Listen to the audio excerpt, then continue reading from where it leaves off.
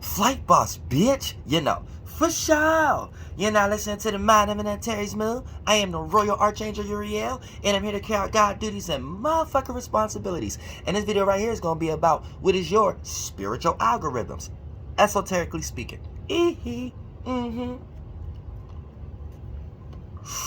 And before we get into anything, we got to break down the disclaimer. What the fuck is an algorithm, esoterically speaking? Now check this out. Now, an algorithm is like a location. And its location is energy. We know energy gets manifested from a bunch of frequency vibrations. Now, for the most part, here's the thing. Once you got an energy, this energy, depending on the space that it's in, it can attract similar frequency vibrations. And the more frequency vibrations it attracts, like similar thoughts, similar ideas. Let's say you got an algorithm on a computer, right? So let's say you got certain titles or certain themes that you like to type in on Google or whatever like that. So Google algorithms is going to make sure it has certain recommendations that match that frequency vibration. And we're going to call that thought form a frequency, and that feeling a vibration that you was in to create the energy to type these letters in for Google could come up with an algorithm. So for the most part, we're talking esoterically speaking right now. So it's a frequency vibration being derived in a certain location, which will be the energy. And energy gets manifested and derived and becomes dense and becomes a parameter, an environment, a circumstance, a situation.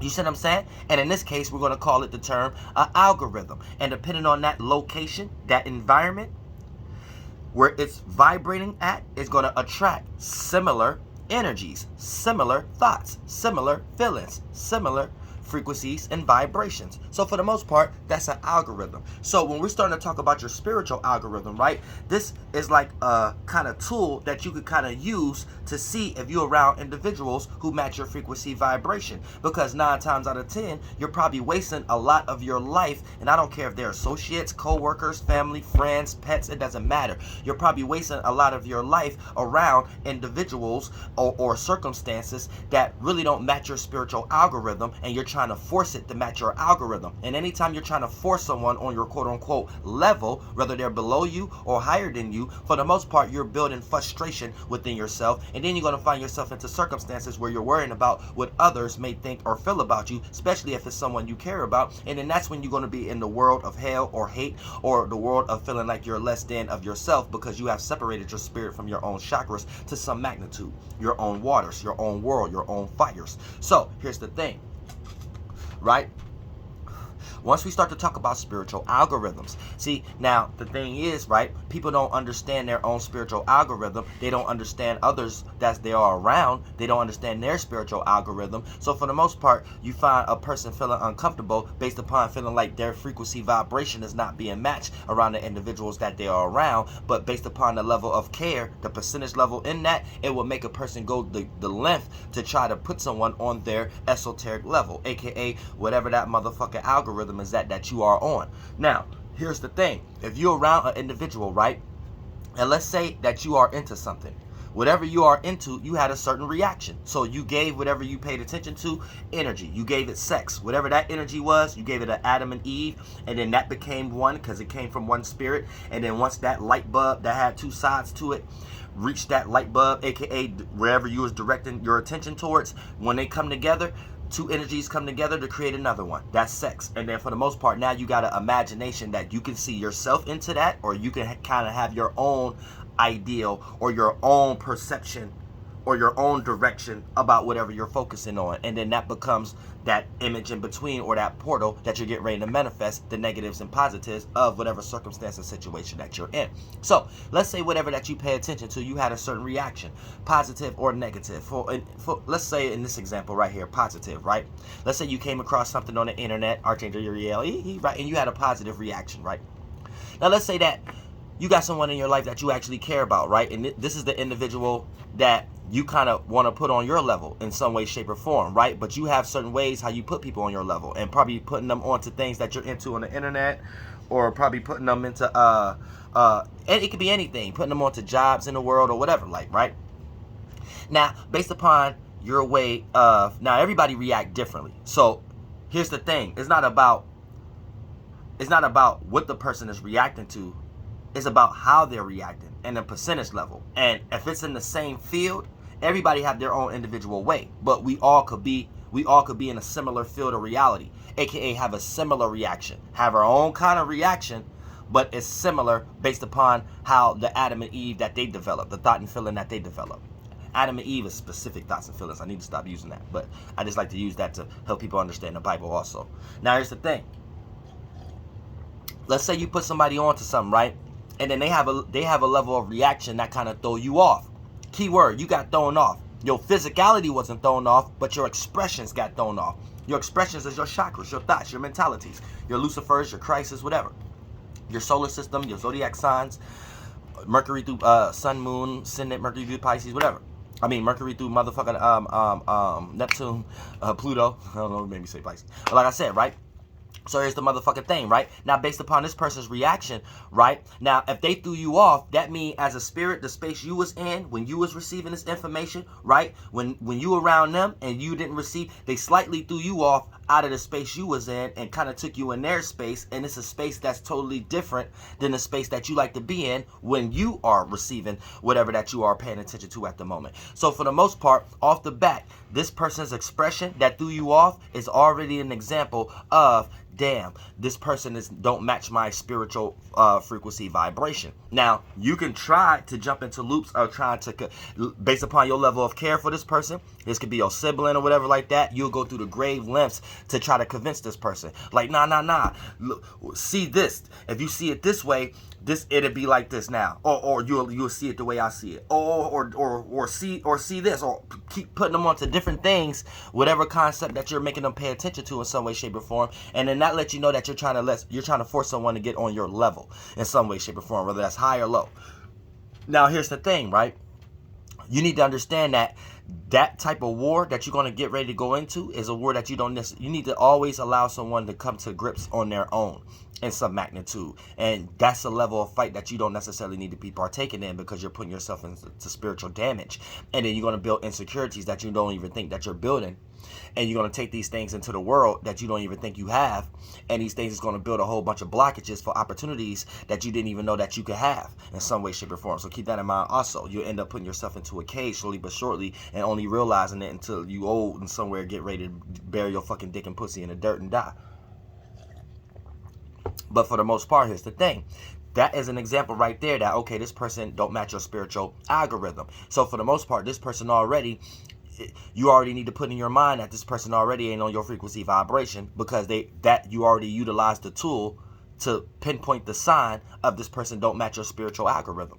And now that you know your spiritual algorithm, you don't got to suffer the circumstances and experiences of frustration of trying to convince people that you really care about and that you want to convince. And you can start to redirect your care in different magnitudes, aka alpha, beta, epsilon, whatever like that. AKA the level of the type of magnitude you're going to give to someone. So the magnitude will be care. And you could give it an alpha care, a beta care, a epsilon care, a zeta care, whatever. But that means that, okay, you know not to care for that person in that way. Not to say you don't care about this person. You know not to have that kind of care in that kind of area for this person. You put this person in a different kind of care, and therefore everybody will be smooth as far as you, family members, associates, your animals, your pet. And I know y'all probably thinking like, hold on, how does make sense with your animal? How can you tell if your animal don't match your spiritual algorithm? Well, shit, you probably had some pets that motherfucker always wanted to be up under you. Then you had some pets that you just couldn't control, and slowly but surely you had to get rid of. You came to the conclusion you had to get rid of. That's an example right there, that spirit that was in that vehicle wasn't matching your frequency y'all wasn't matching frequency vibrations, and they wasn't part of your spiritual algorithm. You see what I'm saying? So keep that in mind also. So this puts you into a situation where you don't have to suffer. You see what I'm saying? And then once you in this space, you're always going to manifest either these individuals coming around, or you being in a space that you're open enough to have the right individuals come around in your life, so you can feel comfortable with releasing certain things. And then you could be right next to a person or a group of individuals and feel free about playing everything that you watch on the internet, doing everything that you do even on your own, because you feel comfortable around these individuals, because you know that they match your spiritual algorithm. Because when you present certain things to them based upon their reactions was in a similar realm of reality of yours. So you like, okay, I don't got to work too hard or feel too vulnerable or feel like I express too much or have to convince this person so much of certain things just by me being me when I'm by myself. You know what I'm saying? And therefore, that's when the best freedom and creativity amongst friends, associates, and family members can play out, and coworkers. You know what I'm saying? When things are in that perspective and you're not putting care on the wrong things based on the wrong people. You know what I'm saying? If you, for an example, right? Let's say you are a spiritual person, right? And then you go to work, right? And then you slightly say something. You know that this person ain't all the way into this, but you slightly say something that this person is into. You slightly say something about the shit that you into, right? On some spiritual shit that you be on the internet, right? And then the person quickly diverts the conversation to basketball or football or some shit like that. Then you know the level of care about the spiritual shit you into, you know not to throw that on that person. So why create an enemy slowly but surely at work where you're constantly getting ready to try to convince this person every day, then they about to try to convince you every day why sports is more important and shit like that. And slowly but surely that's about to be a person you hate, when you could save that energy in the first place and be like, okay, this person don't match my my spiritual algorithm, so they're not really in my frequency vibration, so let me not try to get them on my level, so let me not even put that energy in play to even build no animosity in a room. And now me and this person could still have that kind of relationship because I know not to mix that with that. And now we could build on that kind of care. And boom, I could care for this person just as much that just talk about sports all day than this person who I can release and talk about spirituality with and things of that nature, because we got different care systems. You see what I'm saying?